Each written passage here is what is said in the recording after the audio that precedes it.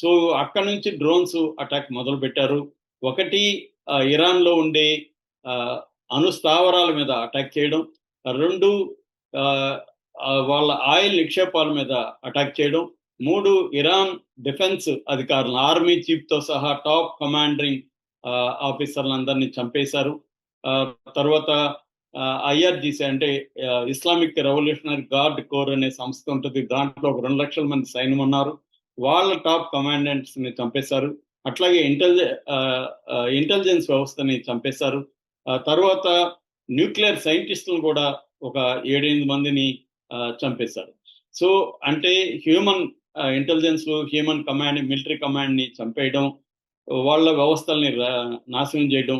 ఇప్పుడు మొత్తం టెహరాన్నే నాశనం చేయడం. టెహరాన్లో 97,29,000 అంటే 1 కోటి మంది వరకు టెహరాన్లో ఉంటారు.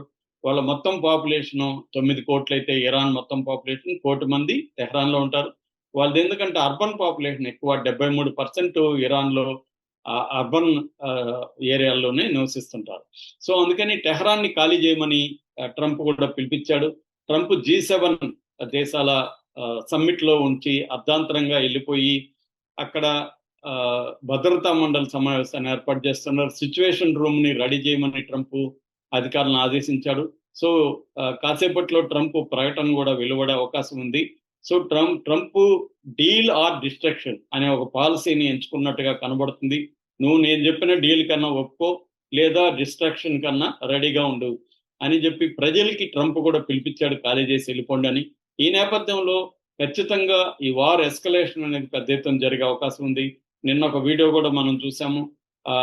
అక్కడ ఒక న్యూస్ ఏజెన్సీ టీవీ యాంకర్, ఒక లేడీ యాంకర్ చెప్తున్నప్పుడు ఆ భవనం మీద, బిల్డింగ్ మీద బాంబులు పడ్డాయి, ఆమె పరిగెత్తింది. దాని తర్వాత గాయపడిన ఒక విలేకరి బయట నుంచి ఆ రిపోర్ట్ చేస్తున్నాడు.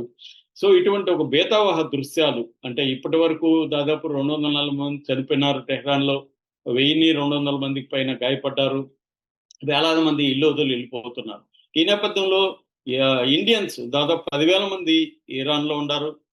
ముఖ్యంగా 3,000 మంది జమ్మూ కాశ్మీర్కి సంబంధించిన స్టూడెంట్స్ అక్కడ ఎక్కువగా కోమ్ అనే టౌన్ లో మెడికల్ యూనివర్సిటీస్ లో వాళ్ళు మెడిసిన్ చదువుతున్నారు. అక్కడ కోమ్ లోనే 6,000 మంది ఉన్నారని చెప్తున్నారు. అట్లాగే ఈ దక్షిణ ఇరాన్ సీ పోర్ట్లలో లేబర్ గా పనిచేసే వాళ్ళకు 2,000 మందికి పైన ఉన్నారు.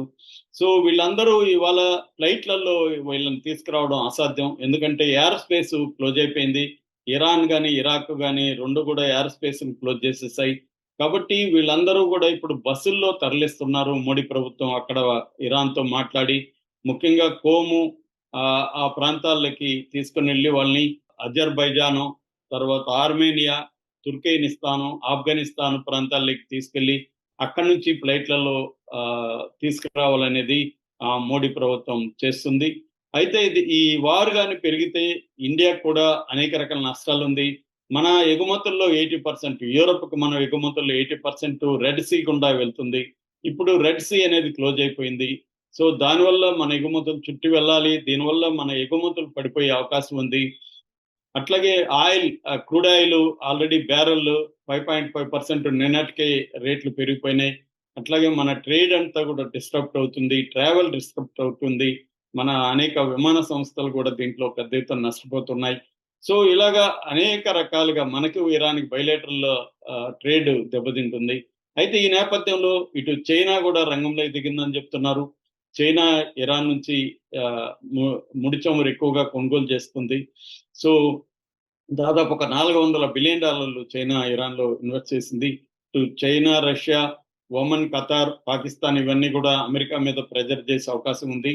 సో ఏదేమైనా ఈ ట్రంప్ ఒక ఉన్మాదమైన వ్యవహారాల వల్లనే ఇటువంటి యుద్ధాలు జరుగుతున్నాయి అనేది ఇవాళ మొత్తం ప్రపంచం అంతా కూడా ట్రంప్ని వేలెత్తి చూపించే పరిస్థితి అయితే ఉంది.